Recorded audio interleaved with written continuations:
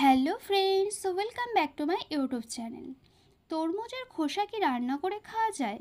যাদের মনে এই প্রশ্নটি এতদিন ধরে ছিল, আশা করি আমার আজকের ভিডিওটি সম্পূর্ণ দেখলে তারা প্রশ্নের উত্তরটি পেয়ে যাবেন।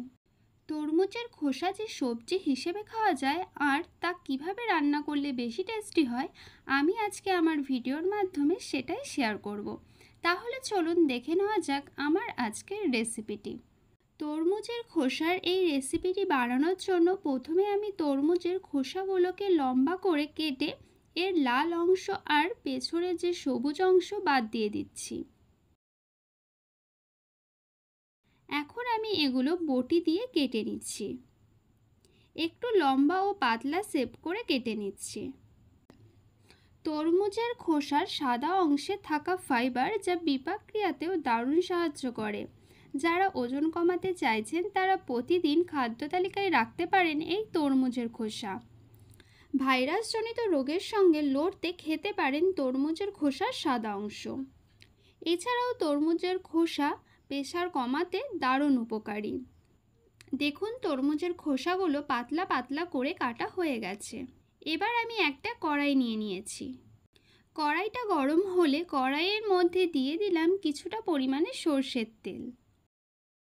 তেলটা গরম হলে ওই তেলের মধ্যে দিয়ে দিলাম ফোড়নের জন্য শুকনো লঙ্কা আর 1 চামচ কালো সর্ষে। সর্ষে আর লঙ্কাটা কয়েক সেকেন্ড মতো ভালো করে ভেজে নিয়ে এর মধ্যে দিয়ে দিলাম 5টা চিড়ে রাখা কাঁচা লঙ্কা। কাঁচা লঙ্কাটা হালকা ভেজে এর মধ্যে দিয়ে দিচ্ছি কুচিয়ে রাখা তরমুজের খোসা। এরপর এর মধ্যে দিয়ে দিচ্ছি স্বাদ মতো নুন আর 1 চামচ হলুদ গুঁড়ো।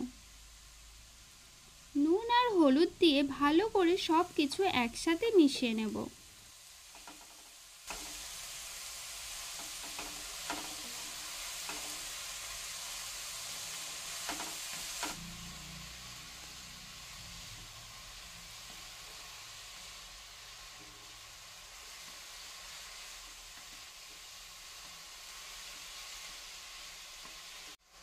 এবার কড়াইটাকে ঢাকনি দিয়ে ঢেকে দিচ্ছি 5 মিনিটের জন্য। 5 মিনিট পর ঢাকনাটা তুলে নিচ্ছি। এবার একটু নেড়ে ছেড়ে নিচ্ছি।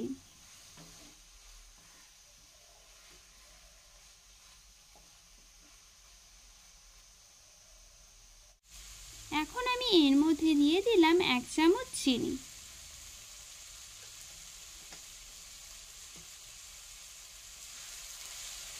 চিনি দিয়ে নাড়াচাড়া করে এর মধ্যে দিয়ে দিলাম কুচিয়ে রাখা ধনেপাতা কুচো।